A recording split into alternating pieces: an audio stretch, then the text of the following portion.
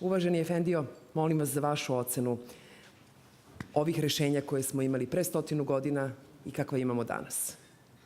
Ta rešenja su naprednija nego što mi danas mislimo. Ova država, sadašnja Srbija, je zasnovana na rešenjima koja su pravljena u njenoj kraljevskoj istoriji i koja su pravednija nego rešenja koje smo imali za vreme Socijalističke federativne republike Jugoslavije ili Federativne republike Jugoslavije. Međutim, jedan problem koji mi imamo u ovoj državi i koji smo uvek imali, po mom mišljenju, je pitanje ko smo mi i šta smo mi i pitanje identiteta. Tako da su se narodi uvek osjećali oštećenim, da nisu dovoljno priznati u svom postojanju, a da se to postojanje i kvalitet tog postojanja da su se uvek merili na brojčanom nivou. Tako da onaj narod koji je imao najmanje stanovnika, oni su bili najmanje važni. A onaj narod koji je imao najviše pripadnika, oni su bili najvažniji. I na takav način se zajednica ne može zajednica je jedna vrsta braka. A brak ne može da postoji bez poštovanja, bez ljubavi, bez jednakosti, bez jedinstvenosti. Muž i žena su u braku jednake važnosti. Niko nije veći i niko nije manji i oni su zajedno da bi živeli zajedno, da bi jedno drugome dali sve najbolje od svog života i da bi u tome uživali. Mi kao narodi smo bili naterani na to i mi nismo shvatili dobrobit zajedništva. I čim nas se snašla prilika, mi smo se podigli da se borimo na neko postojanje, na neki identitet koji smo mislili da nam niko ne priznaje. I u tome smo svi izgubili. U tome svedoče žrtve Srebrenice, u tome svedoče žrtve na Kosovu, u tome svedoče žrtve na celoj teritoriji Jugoslavije, jer smo mi uvek imali neke žrtve. Uvek smo mi bili cilj nečiji, meta nekog osvajača koji je ovu malu zemljicu koju smo mi uvek hteo da osvoji, da s njom vlada i da unese svoju kulturu tu i da ne prizna tuđu kulturu koja je tu postojala. I jedini način na koji smo mi mogli da opstanemo je način jednog dobrovoljnog razumevanja. Mi nismo imali tu moć da dozvolimo jedni drugima pravo života. Ja se sećam, i ovo nije kritika crkve, ali se sećam jedan novinar iz Australije, novine se zovu The Age, otišao je u Banja Luku. I u Banja Luci je intervjuisao jednu ženu i pitao je zašto su sve džamije u Banja Luci porušene. I ona je rekla, pa ne može tako. Mi smo imali 7 crkava, a muslimani su imali 9 džamija. To se mora poravnjati.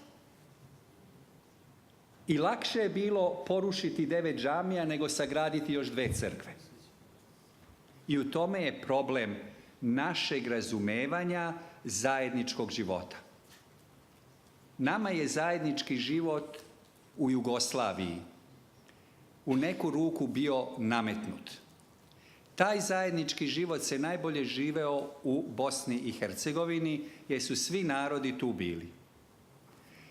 Jedan od problema koji je nastao je da muslimani nisu bili priznati kao narod. I vi znate da su se oni pisali kao neopredeljeni, jer nisu mogli biti Bosanci. A oni nisu hteli biti muslimani. Oni su svi znali da su oni verski muslimani, ali su hteli imati bosansku narodnost, bosansku nacionalnost i to im nije dato. Drugi svetski rat se vodio u Bosni. Sve naše ofanzive su bile u Bosni. To je bilo plodno tlo za ubijanje i za klanje. Sada, kad smo sve to proživjeli i kad smo došli do danas, subota 11. veliki dan, dan mira Prvog svjetskog rata, šta ćemo da radimo? Da li ćemo biti zlopamtila ili ćemo raditi prema zbližavanju, zajedničkom zbližavanju, što znači ti kao ljudsko biće, kao pripadnik jednog naroda i kao pripadnik jedne vere imaš puno pravo da neometano, bez ikakvog saplitanja i gurkanja, iživljavaš i proživljavaš svoju veru na najbolji mogući način. I da budeš ponosan sa tom verom i da također budeš ponosan sa svojom nacionalnom pripadnošću. Bilo gdje se ti nalazio. I to je onda demokratija. To je onda sloboda. To je onda način da se svako osjeća siguran da onome ko je drugačiji može da pruži ruku i da može da ga zagrli i da može da ga poljubi i da može da ga nazove bratom ili sestrom. I to je moguće. Ovo nije što ja govorim, to nije neka utopija tamo za koju treba čekati. To je potpuno moguće. U našim verama to postoji. U našim verama postoji zajednički život. U našim verama postoji ljubi bližnjeg svoga. To postoji, to je tu. I to se mora poštovati. I to se mora živjeti. Ne staviti negdje lepo u vitrinu, da to stoji fino kao lepa vaza, nego to treba u praksi živjeti. I jedino ćemo tada, jer moram vam reći jednu stvar, šta god mi pričamo, politika je na kraju jedan hobi, a vera je srž postojanja. Vera je ta koji nas čini ono što smo, ne naša politička pripadnost.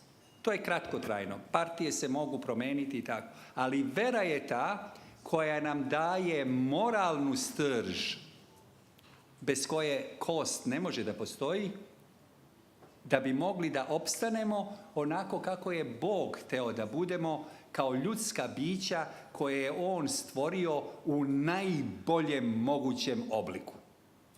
I mi treba da dođemo do tog nivoa postojanja u kome će Bog biti zadovoljan sa nama.